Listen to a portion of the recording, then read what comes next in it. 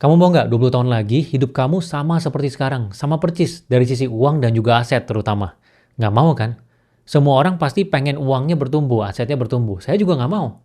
Saya maunya di semua bidang dalam hidup saya lebih baik. Badan lebih sehat, aset lebih banyak, uang lebih banyak, keluarga juga makin besar, harmonis, semuanya lebih baik. Nah tapi saya ingin kamu coba renungkan, mau dan benar-benar mau itu adalah dua hal yang berbeda. Kamu ini mau atau benar-benar mau? Ini dalam konteks ingin merubah hidup ya, mencapai target yang besar dalam hidup. Banyak orang bilang mau, tapi dia nggak benar-benar mau sebenarnya. Kalau benar-benar mau, semuanya akan diprioritaskan untuk melakukan yang harus dilakukan. Orang-orang yang mentok di bidangnya dari sisi karir, dari sisi bisnis, dia paham artinya benar-benar mau. Ada komitmen di sana, benar-benar mau lakukan. Contoh misalnya, besok pagi saya suruh kamu jam 4 subuh bangun. Terus harus nonton video tentang AI 1 jam. Ya, kalau enggak, kamu akan saya bawa ke tengah laut, kaki kamu akan saya ikat dengan batu besar, kamu akan saya lempar di sana, saya tinggal. Ini contoh aja ya. Kamu akan lakukan apa? Langsung prioritaskan. Oke, besok pagi harus bangun nih, alarmnya harus 2 nih, kalau bisa 3 nih. Kenapa? Karena di situ menjadi prioritas. Nah, orang yang benar-benar mau rasanya tuh seperti itu dalam mengejar segala sesuatu. Kalau misalnya ada yang mau dia lakukan, dia mau kurusin badan, dia mau upgrade diri, dia mau baca buku ya, bentuk suatu kebiasaan baru, dia akan benar-benar lakukan. Karena dia tahu itu adalah prioritasnya dia. Memang kita semua ini lebih mudah untuk melakukan sesuatu kalau ada yang nyuruh. Itu tendensi setiap orang memang seperti itu. Saya juga dulu seperti itu. Tapi kita harus melatih diri kita supaya kita tanpa ada orang yang nyuruh, kita bisa nyuruh diri kita sendiri. Jadi kayak tadi misalnya, bisa nggak kamu suruh diri kamu besok pagi jam 4 subuh bangun, terus nonton video tentang AI 1 jam, ya misalnya. Nah ini bukan sesuatu yang gampang, tapi kalau misalnya kamu udah biasain paksa diri kamu untuk memprioritaskan yang memang kamu harus lakukan, lama-lama ini akan seperti otot, kamu akan terbiasa. Dan kamu akan paham benar-benar apa itu benar-benar mau. Ya, apa itu komitmen. Gitu. Jadi ini sesuatu yang memang harus dilatih dan harus paham. Nggak semua orang paham ya. Banyak orang bilang mau tapi selalu prokrastinasi. Dia cari alasan untuk tidak mengerjakan yang harus dia lakukan. Jadi hidup kamu itu benar-benar bisa berubah kalau kamu paham apa itu arti dari benar-benar mau. Apa itu arti dari memprioritaskan. Dan satu lagi yang menurut saya penting adalah memahami tentang bagaimana dunia ini bekerja. Jadi cara pandang terbaik menurut saya itu adalah melihat dunia ini seperti sebuah permainan. Ada aturannya. Kalau kamu misalnya pernah main game, ya pertama kali main game kan mulainya dari nggak bisa apa-apa. Kita nggak ngerti cara main gamenya gimana. Kita coba-coba kalah, terus belajar. Ya lihat orang cara mainnya gimana. Lama-lama jadi jago. Ya lama-lama pengalamannya banyak. Ya terus ada orang yang dia mungkin mainnya cuma 2 tahun, kamu mainnya 10 tahun, tapi dia bisa jagonya kayak kamu. Kenapa? Karena dia pelajarin semuanya di awal. Dia lihat yang jago, apa yang dia lakukan. Skill-skill apa yang harus dilatih di awal. Nggak usah lakukan kesalahannya sendiri. Ya semuanya itu bisa belajar dari kesalahan orang lain. Sama, di dunia ini juga gitu. Apapun yang kamu kejar, mindsetnya harus seperti itu. Ini adalah sebuah permainan, dan seperti sebuah permainan, kalau kita main game, itu kan ada levelnya. Setiap level itu tantangannya berbeda. Sama juga dalam hidup, itu setiap level tantangannya berbeda. Pada saat kamu pengen mulai bisnis, misalnya bisnis laundry, berarti harus apa? Harus tahu. Ya bisnis laundry itu cara kerjanya seperti apa. Pricingnya gimana? Hitung-hitungannya gimana? Marginnya itu berapa sih? Balik modalnya biasa berapa lama? Kompetitornya ada siapa aja? Ini kamu harus pelajarin. Nanti ketika bisnisnya udah jalan, ya muncul lagi masalah kedua. Gimana caranya untuk delegasi? Ya supaya kita mundur. Bisnisnya ini bisa berjalan secara operasional tanpa ada kita. Kita bisa mikirin hal-hal yang lebih besar. Nanti naik level lagi, bisnisnya jadi banyak cabang, 3 cabang. Ada lagi tantangannya. Gimana caranya manajemen 3 cabang? Nanti bisnisnya jadi lebih besar lagi, 200 cabang. Ada lagi tantangannya. Gimana caranya manajemen 200 cabang? Dan juga semuanya eksekusinya sama. Secara layanan ke customer-nya tuh semuanya bagus. Gimana caranya? Setiap level tantangannya itu berbeda. Sama seperti saya sekarang. Sudah ada satu aplikasi namanya Growin. Saya akan launching satu lagi namanya Winkatsu yang buat anak-anak. Nanti akan ada launching lagi beberapa yang lain. Itu akan tantangannya berbeda ketika saya naik level. Nah, kamu juga sama. Di apapun yang kamu kejar di dalam karir kamu, dari bawah naik jadi manajer, jadi kepala divisi, sampai jadi CEO, itu ada tantangannya di setiap level. Memang tugasnya kamu untuk cari tahu, orang lain yang udah sampai di atas tuh lakukannya apa. Apa cara terbaik dan tercepat supaya kita bisa naik level, ya, supaya kita dalam waktu yang singkat bisa sampai di puncaknya. Oh, ternyata di setiap level ini memang kita harus upgrade diri.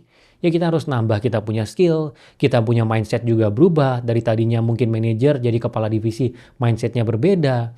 Terus dari sisi network juga harus lebih luas karena kepala divisi mungkin ada banyak tektokan dengan orang-orang pihak luar di dalam perusahaannya gitu. Jadi pelajarin cara mainnya dan lihat apa yang harus kita lakukan dan kejar di sana. Apalagi contoh aturan di dalam game dunia ini ya. Contohnya itu adalah sedekah. Sedekah itu nggak ada gunanya kalau misalnya kamu nggak ada yang dilakukan. Misalnya kamu punya duit 100 juta sekarang. Kamu lempar 100 juta itu sedekah bantu orang dan orang itu sampai nangis-nangis bilang terima kasih. Apakah 100 juta itu jadi 100 miliar ke kamu? Apakah tiba-tiba ada orang yang langsung kasih kamu peluang kerja? Apakah tiba-tiba ada orang kasih kamu peluang bisnis? Belum tentu. Karena sedekah baliknya belum tentu dalam bentuk uang juga. Bisa juga dalam bentuk kesehatan, bisa juga dalam bentuk kebahagiaan, pasangan yang baik. Jadi kalau misalnya kamu lempar uang kamu 100 juta dan kamu di rumah nggak ngapa-ngapain, nonton drakor, scroll-scroll sosmed gitu ya, nggak ngapa-ngapain, nggak akan ada yang berubah. Uangnya nggak bakal jadi 100 miliar. Gitu ya, banyak yang punya pemikiran yang salah di sini. Dan kalau misalnya kamu pengen ada rezeki yang masuk dalam hidup kamu, pintunya harus ada dulu. Pintu itu apa? Pemasukannya. Kalau misalnya kamu bekerja, berarti kan ada gaji di sana. Itu pintunya tuh. Kalau kamu jadi content creator, ada endorsement di sana. Itu ada pintu lagi tuh. Kalau kamu jadi afiliator, ada uang di sana. Itu adalah pintu yang bisa masuk ke diri kamu. Kalau misalnya rezekinya datangnya dalam bentuk uang, bisa masuknya lewat sana. Jadi nggak bisa itu cuman sedekah-sedekah doang, nggak ada gunanya. Ya kalau misalnya kamu harapannya adalah dari sisi rezeki uang, ya harus ada pintunya dulu. Dan nggak mungkin ada sesuatu yang tiba-tiba terjadi ke diri kamu kalau kamu nggak ngapa-ngapain. Ya harus dibaringin dengan kerja keras. Karena kadang, ya ini saya juga mengalami sendiri, ketika kita bersedekah, kadang tuh baliknya bisa dalam bentuk ide. Dalam bentuk yang kita tiba-tiba kepikiran, yang ini kalau dilakukan itu bisa merubah hidup kita. Dan itu saya sudah mengalami berkali-kali. Nggak selalu dalam bentuk uang, tapi dalam bentuk ide yang kalau kita jalanin yang ujungnya bisa jadi itu dalam bentuk uang. Jadi pemahaman kamu harus dibenerin dulu. Sedekah itu nggak selalu baliknya dalam bentuk uang. Dan kalau memang misalnya kamu berharap ada yang rezekinya dalam bentuk uang, pintunya harus ada dulu. Dan harus dibarengi dengan kerja keras karena kadang datangnya dalam bentuk ide yang harus dieksekusi. Nah kalau kamu sekarang sudah paham tentang ini, kamu akan jalaninya dengan berbeda. Terus hal lain lagi yang juga menurut saya penting itu adalah terkait dengan pemahaman tentang cara kerja uang. Jadi kalau kamu pengen punya uang banyak dalam hidup, kamu harus paham dulu uang cara kerja itu seperti apa. Cara dapetin uang gimana? Banyak orang bilang cara dapetin uang cuma kerja sama bisnis. Enggak, cara dapet uang itu banyak. Jadi content creator bisa, jadi freelancer bisa, jadi afiliator bisa, jadi penulis buku bisa, jualan produk digital bisa. Banyak sekali cara untuk mendapatkan uang. Dan banyak orang yang menjadi kaya itu bukan dari bekerja ataupun berbisnis. Ada orang yang jadi kaya itu karena dia jadi broker tanah. Ya salah satu mall di Indonesia itu pada saat penjualan tanahnya ada broker yang dapat ratusan miliar. Dia kayanya dari menjadi broker. Jadi menjadi kaya itu banyak jalannya.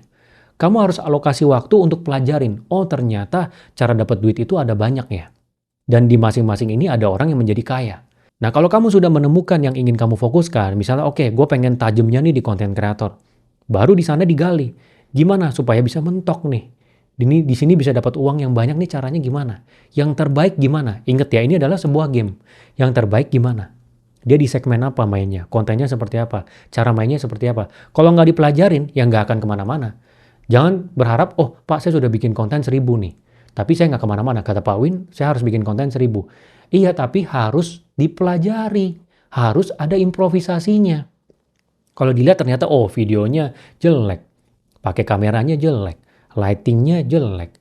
Kontennya nggak ada hook. Itu kan banyak hal-hal yang harus kamu pelajarin dulu. Cara mainnya seperti apa. Yang best practice-nya seperti apa. Yang jago itu gimana. Ternyata dia ngikutin tren. Cara ngikutin tren tuh gimana. Bikin konten yang menarik. Baru bisa.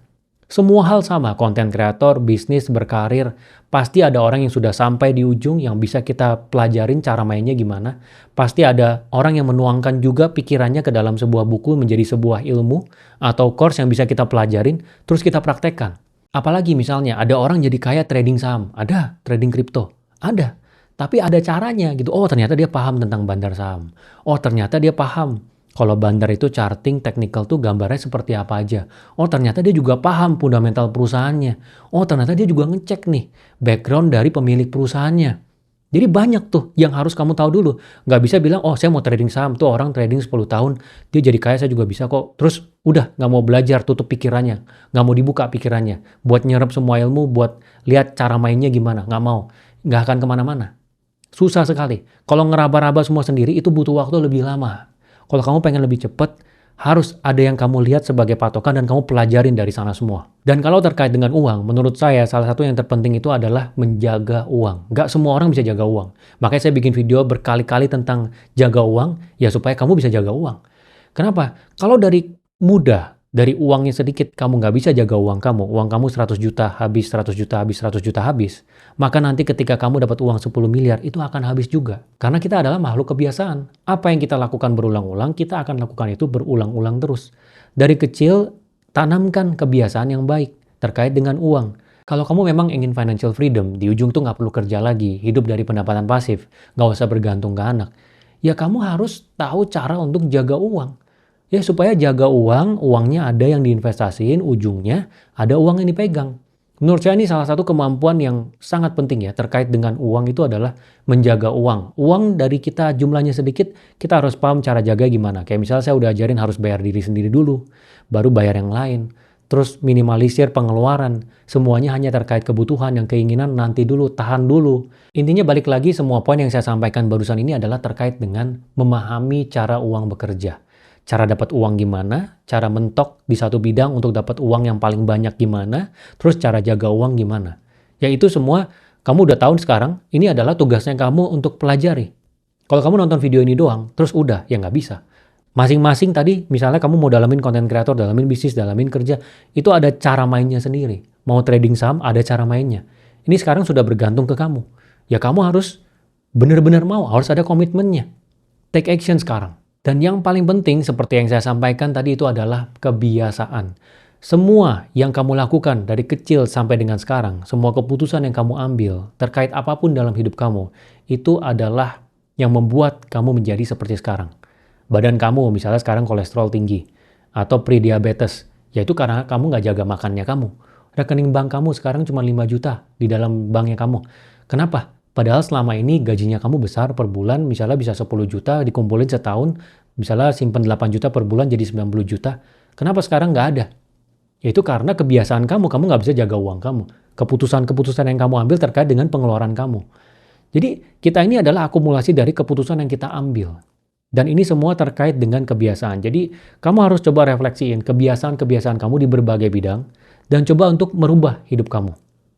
Karena kalau kamu nggak merubah kebiasaan kamu, hidup kamu nggak akan berubah. Seperti kata Einstein, orang yang melakukan hal yang sama berulang-ulang dan mengharapkan hasil yang berbeda itu adalah orang gila. Kalau kamu pengen hidup kamu berubah, ya kamu harus lakukan hal yang berbeda. Nggak bisa kamu dengan kebiasaan yang sama. Dari sisi uang, dari kebiasaan hidup, semuanya harus berbeda. Kamu harus refleksiin, ini adalah tugas kamu sendiri. Kebiasaan baru apa yang harus kamu tumbuhkan dalam diri kamu, kebiasaan buruk apa yang harus kamu buang. Misalnya, judi. Judi itu membunuh. Kalau kamu nggak buang kebiasaan judi di sekarang, maka nanti pada saat tua, kamu bisa jatuh miskin lagi karena kamu judi. Ya, uang kamu mungkin sekarang 10 juta, kamu judiin 10 juta. Nanti pada saat kamu punya uang 10 miliar, kamu akan judiin 10 miliar. Karena sudah ada kebiasaan itu di dalam diri kamu.